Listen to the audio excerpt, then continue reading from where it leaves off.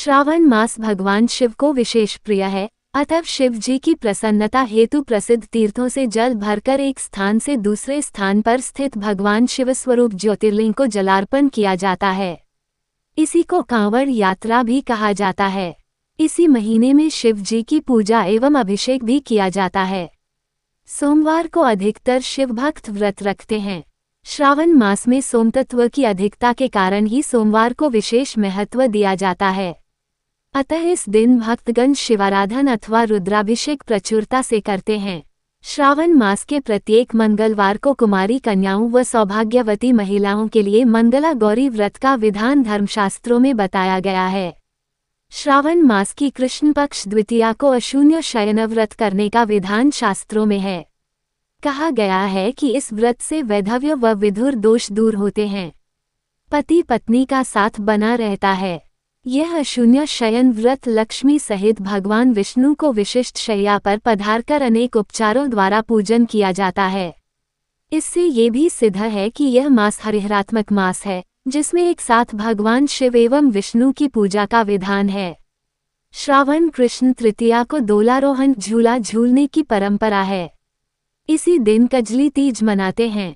श्रावण शुक्ल पंचमी को नागपंचमी पर्व मनाने की परंपरा है। इस दिन नागों की पूजा की जाती है। श्रावण मास की पूर्णिमा को ही श्रावणी कहते हैं। श्रावणी के दिन यज्ञोपवीत तथा रक्षाबंधन का विधान होता है। सावन मास को सर्वोत्तम मास कहा जाता है। ये 5 पौराणिक तथ्य बताते हैं कि क्यों सावन है सबसे खास।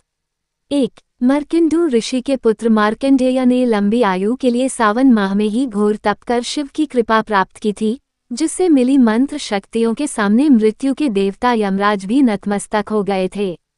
2. भगवान शिव को सावन का महीना प्रिय होने का अन्य कारण ये भी है कि भगवान शिव सावन के महीने में पृथ्वी पर अवतरित होकर अपनी ससुराल गए थे और वहां उनका स्वागत अर्घ्य और जलाभिषेक से किया गया था।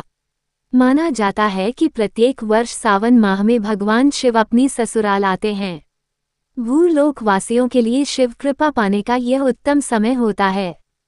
3. पौराणिक कथाओं में वर्णन आता है कि इसी सावन मास में समुद्र मंथन किया गया था। समुद्र मंथने के बाद जो हलाहल विष निकला, उसे भगवान शंकर ने कंठ में समाहित कर सृष्टि की रक्षा की, लेकिन विषपान से महादेव का कंठ नीलवर्ण हो गया। इसी से उनका नाम नीलकंठ महादेव पड़ा।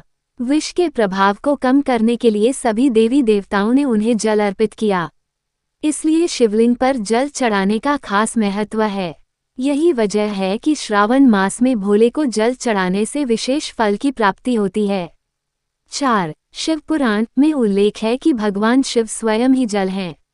इसलिए जल से उनकी अभिषेक के रूप में आराधना का उत्तमोत्तम फल है, जिसमें कोई संशय नहीं है।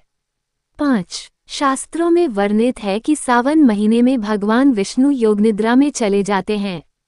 इसलिए ये समय भक्तों, साधु संतों सभी के लिए अमूल्य होता है।